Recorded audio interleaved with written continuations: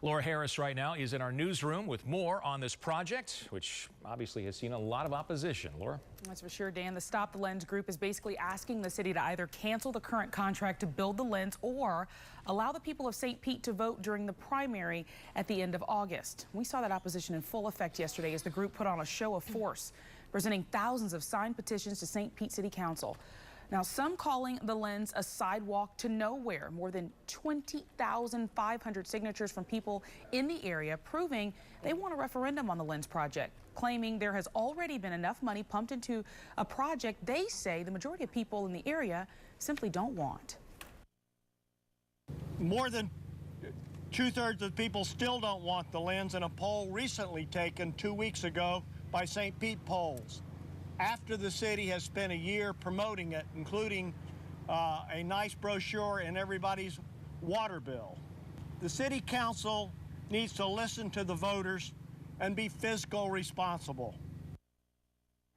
And all of this while the closing date for the pier looms. That's scheduled for the end of the month. But not everyone is signing their name to those petitions. In fact, we found a man who says the lens project would not only help the city of St. Pete, but will help businesses as a whole in that area. I'm working on that, and I'll have it for you at 6 o'clock. Live in the newsroom, Laura Harris, ABC Action News. 5:05. Last time. It's got to be sad out there for those folks, Laura. Dan, you know, I just moved here like maybe 10 months ago, so unfortunately this is my first and last time being up here on the pier, but I want to show you behind me plenty of people taking advantage. Even though they know the close of the pier is looming, people took the time today to enjoy it for one last time. It's like losing a friend, because this has been our heritage since we've been here. 30-year St. Pete resident Paula Prime got to the pier even before the doors opened this morning. She, like many, taking the time to capture this moment, as the future of the inverted pyramid is clear. By this fall, demolition of the 40-year-old structure will begin, but not without plenty of questions. I don't know, I'm not an architect, but I would think that it could be revamped a little. But according to St. Pete city officials, renovation is just not an option. You'd have to raise the lower level by about 4 feet or so, bring all the windows and everything up to current codes and current standards. It's really just not cost effective. Tentatively going in its place, the lens, seen here in a 3D rendering, met with much opposition since it was introduced to the public, still evident by the signs left at the pier for the last day. I anticipate that any new project is going to get universal acceptance. The resulting project, the lens, is amazing, where you can do everything that you can do here other than walk through a mall-like area in the center. But visitors like Paula, who have watched many sunrises here at the pier, understand today is the day the sun will finally set on the place that holds many of their memories. Whatever's going to happen is going to happen. You can't stop progress, even though you might not be happy with it. You know, we're in the Columbia restaurant right now, which is on the 4th floor. We just came from the 5th floor, and they tell us they've got record number of reservations today, trying to make sure that everybody that wants the chance to come to the Columbia has that chance. Now, the pier will close tonight at 11 o'clock, and they tell us here at the Columbia they have plenty of space, and they want people to come on down. For now, we are live at the St. Pete Pier. Laura Harris, ABC Action News. Thank you, Laura. Right now with no bond after police say she tried to get not just one person, but 2 people killed. Laura Harris is live in the newsroom now with the latest on this very bizarre story. Good morning, Laura. Good morning, Dia. Bizarre for sure. We're talking about 49-year-old Janine Jones. This is her mugshot right here.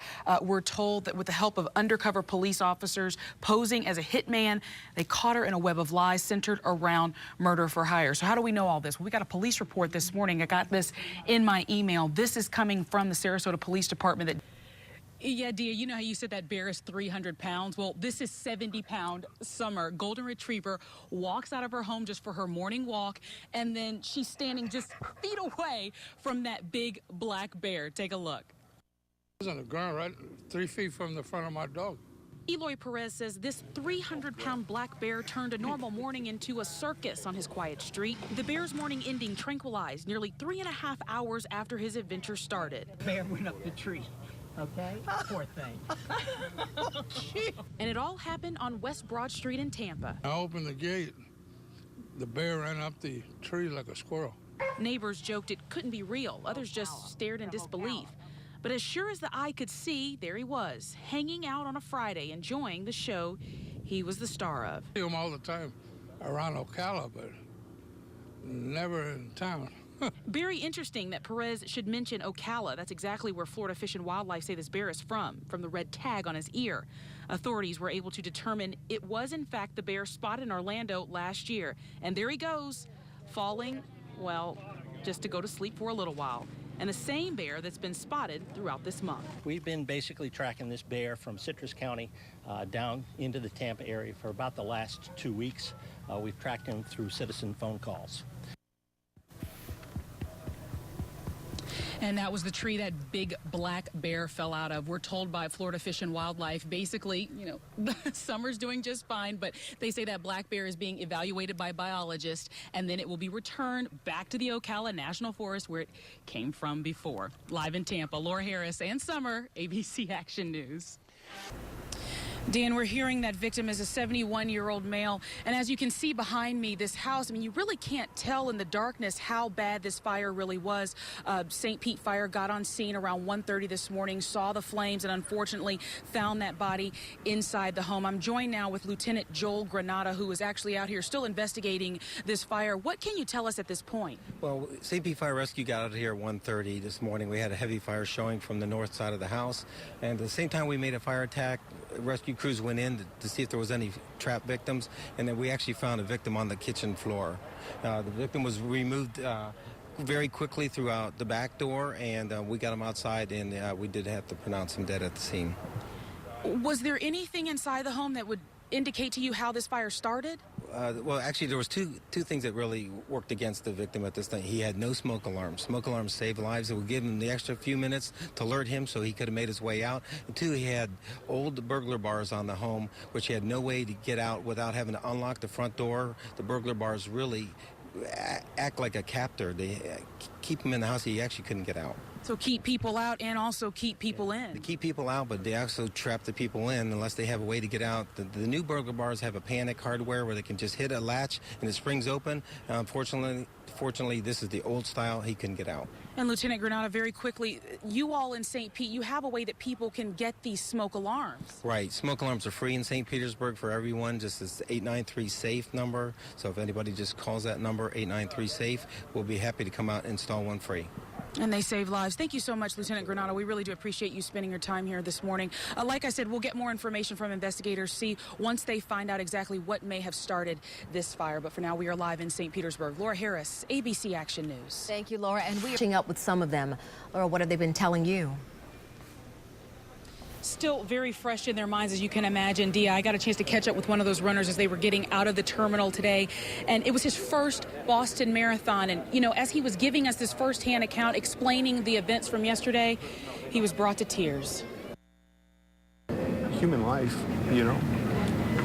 what's running compared to that? Brian Welch, understandably emotional, just minutes after getting off that plane, hours after a restful night in Boston. Just thinking about what he saw yesterday was almost too much. You got little kids there, go daddy go, or they're sitting there and they're to celebrate people's accomplishment. The father of three says he crossed the finish line around 2 o'clock yesterday, about 50 minutes before those explosions.